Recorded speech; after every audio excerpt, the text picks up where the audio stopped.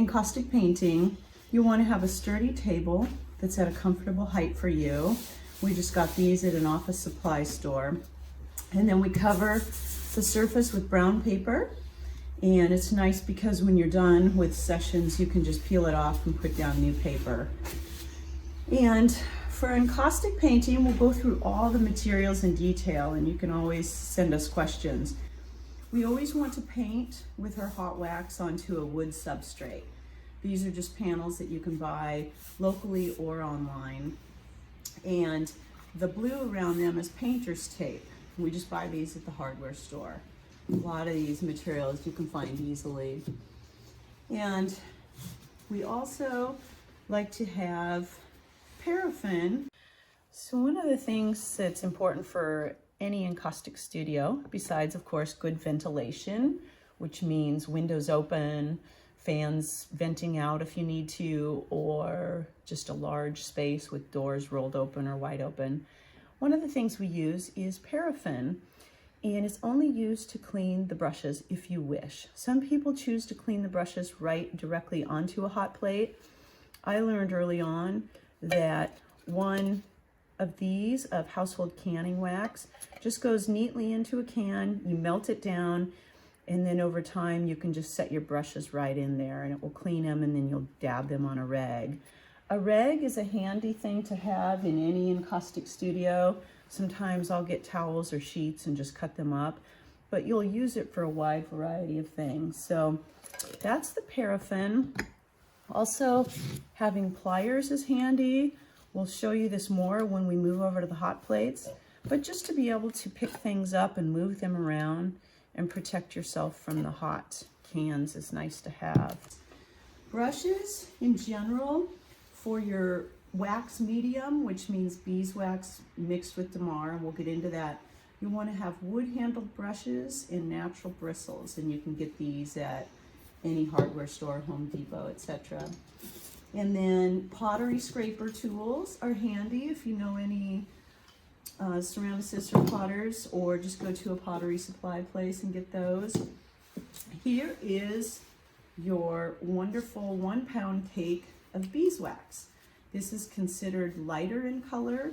This is mechanically refined, meaning they pulled out all the debris, which is nice versus chemically refined. This is a totally organic product. This is also beeswax from a different part of the country. It's from Hawaii, Kona specifically, so it has a richer amber hue, and it's also wonderful. And into the beeswax, we mix this beautiful product called damar resin, and they're like amber crystals, and we grind it up with a coffee grinder and melt that into the beeswax. Generally, I use a ratio, are you ready for this? This is top secret, of about 2 to 9. Some people do 1 to 8, 1 to 10. Some people don't use resin, but it's tree sap from trees in Asia, and what it provides is a little bit of luster, shine, and hardening, and it increases the melting temperature of your wax. It's a nice product. Here's the coffee grinder. It's just your basic one that we use dedicated for the damar. And the way we get color into our wax cans and so on is a couple of different ways. We have dry pigments here. Again, these are masonry pigments, very useful, and you just add that to a can, and we just save our soup cans, tuna cans, cat food cans, and we add that into the wax medium to get the desired color you want. Then we also can purchase these solid encaustic blocks, and they come in all ranges of colors, from red to white to blues, greens. They're wonderful.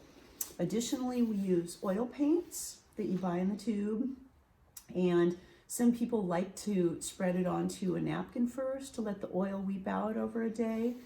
I don't do that myself in the studio, but it's an option. We don't use we don't use acrylic with encaustic because it's a water base and it's not compatible. So I think we've covered the basics on those starting materials. We'll go into more depth with the different heat sources, There are a few. One of the ones that many encaustic artists use primarily only is a heat gun, and it's specifically for this craft and trade. You can buy them online, and you can buy different strengths. There are also various torches you can use in your studio practice. This is your typical propane torch. This unplugs. You want to get a self-igniter and a variable adjuster for the flame. That's really important. You can get these at the hardware store. And this is a little more specific. It's not a chef's torch per se, although some do use them. It's called Iwatani, and you can buy them online. And this basically disassembles, and you buy these specific cans of butane. Butane runs a little hotter than propane torches. So we have a nice range here of materials. Trying to think of any other specific things. You can use saucepans, separate burners, and so on, but we wanted to just cover these basics.